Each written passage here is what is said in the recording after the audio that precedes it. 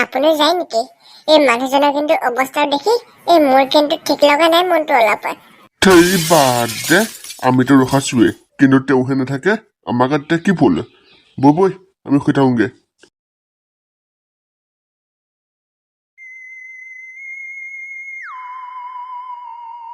আহা শান্তিও বদনটো কিন্তু বৰ ভয়টো দেই। সি কৈছে বোলে এই ৰাস্তাটো বোলে পৰুৱা ভূত ওলাই। পৰুৱা ভূত জয়ন্তক কেনেবাকে ভূতে পালে, ভূতেহে ৰাস্তা পাহৰি যাব। এই জয়ন্তই কেতিয়াও নাপাহৰে। হাঁহৰ মাংসকণ কিন্তু একেবাৰে অমৃতৰ দৰে আছিল দেই।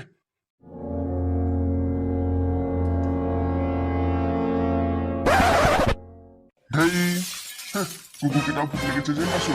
মোক পেটটো দেখি পেলাই সিহঁতক মাংস খাব লাগি গৈছে যেন পাইছো। আমি যাওঁহে আৰু পাই, নহলে মানুহজনীয়ে কালিহে পাৰিব পাই। মই ৰাতি হৈ গলগে।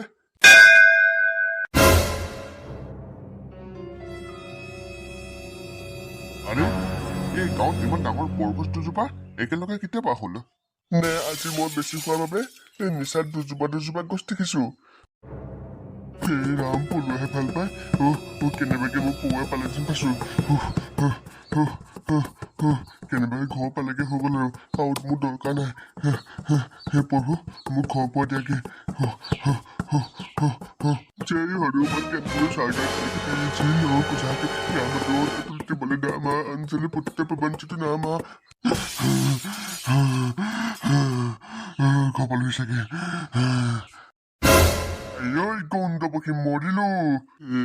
ৰাম, এইজোপা দেখোন একেজোপাই গছ। মই মানে ঘূৰি আহি পিনে আকৌ একেজেগাতে পালোহি মানে। হে ৰাম, কৃষ্ণ কৃষ্ণ কৃষ্ণ কৃষ্ণ। জয়ন্ত, জয়ন্ত, হাঁহৰ মাংস খাইছো।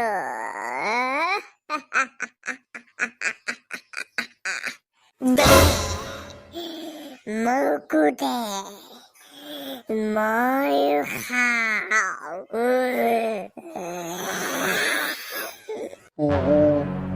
আপুনি মানে হাঁহৰ মাংস খাব? আৰু কাইলৈ দিনত আপুনি আমাৰ ঘৰলৈ যাব। মই আপোনাক হাঁহ এটা মাৰি খুৱাম।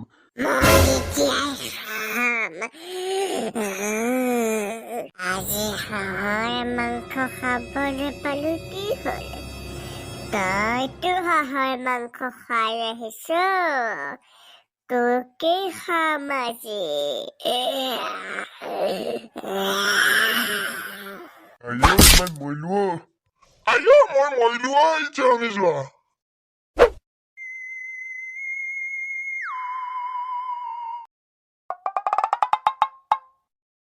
ৰাতি 12 বাজি গল, কিন্তু মানুহটোৱে একো খবৰ খাতি নাই দেখোন।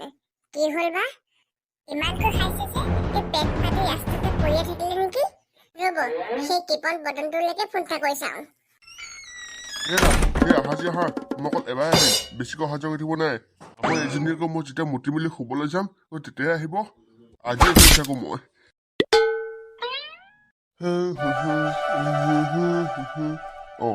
কোনে ফোন কৰিলে বাৰু? এয়া দেখোন জয়ন্ত খুনীকে ফোন কৰিছে। ইমান ৰাতিখন কি হ'ল বা? হেল্ল', কোনে কৈছে বাৰু? মই জয়ন্ত খুনীকে কৈছো। কওকচোন ৰ'ব। হে ৰাবণানী, তোমাৰ ককাইৰে ইমান দেৰিলৈকে তোমাৰ ঘৰত কি বাট চিলিকি আছে? ঘৰলৈ অহা নাম গোন্ধ নাই দেখোন। কি কয় বৌ? সি দেখোন কেতিয়াবাই গ'ল, ভাত পানী খাই ওলাই গৈছে। কি? কেতিয়াবাই গ'ল? তেন্তে একেবাৰে ঘৰহি নাপঢ়ে দেখোন। ৰাস্তাটো তোমালোকৰ ঘৰৰ পৰা মাত্ৰ আধা ঘণ্টাহে।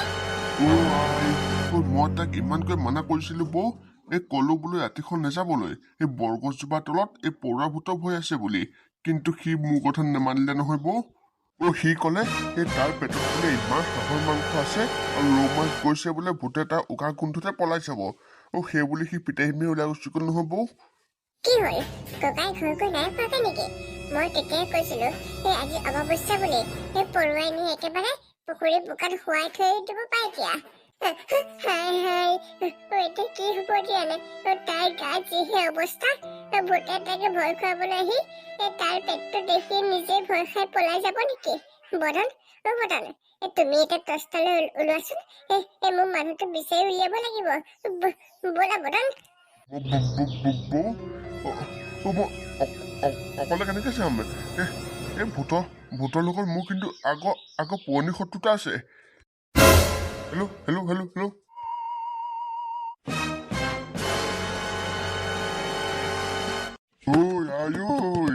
মোক বচোৱা মই কেতিয়াও ঘৰত আৰু মাগনা বস্তু নাখাওঁ বধন তোৰ ঘৰৰ হাঁহ নালাগে আৰু মোক দেই ৰাম ৰাম ৰাম ৰাম হে ভগৱান আজি ৰাতিটো ইয়াতে কটাম আৰু কাইলৈ ৰাতিপুৱাই বটনৰ ঘৰৰ ফালে মুখ কৰিও নাচাওঁ আৰু দেই পালোহি আৰু দেই হেৰা আপুনি পালেহি মানে কি হ'ল আকৌ তোমাৰ ইমান যে ভয়ত যেন হ'ব পাই আছা আপোনাৰ যে একদম পৌৱা ভূতে পালে বুলি ভাবিছিলো আপুনি ইমান দেৰি পোৱা নাছিলে আৰু আমি বটনৰ ঘৰলৈ ফোন কৰিছিলো পালি আকৌ পৌৱা ভূতে আজি একদম মোৰ মৰিব লগা আছিলে এই পানীত জাপিয়ে বাচিছো কওকচোন কওক ভালকে কওক কিনো হ'ল ঘটনাটো শুনিবা দেই এতিয়া আজি মই কি হ'ব আৰু দেই এই ভূতে দেখোন মোক পকৰাই নাই হৈছে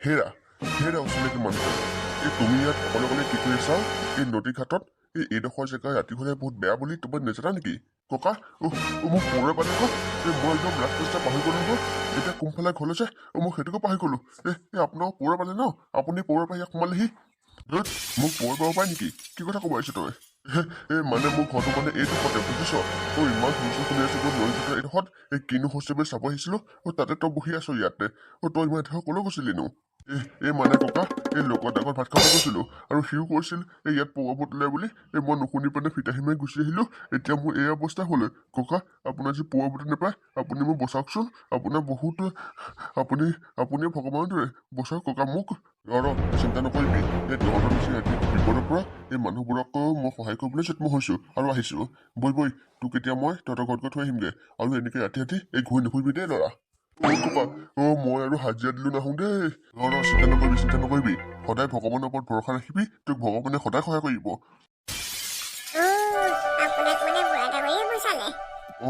সেই বুঢ়া ডাঙৰীয়ে বচালে কাইলৈ গধূলি গৈ পিনে চাকি পাত দি থৈ আহিবগে লাগিব দেই নামঘৰত আপোনাক ইমান ডাঙৰ সমস্যাটাৰ পৰা বুঢ়া ডাঙৰীয়ে আপোনাক সহায় কৰিলে আপুনি চাকি পাত দিলে হ'বনে কালিলৈ ভালকে ভকতকে মাতি আহিব আৰু আমাৰ ঘৰতে এখন নাম লৈ পিনে ভোজ ভাত খুৱাই দিম বাৰু একদম কথা কৈছা তুমি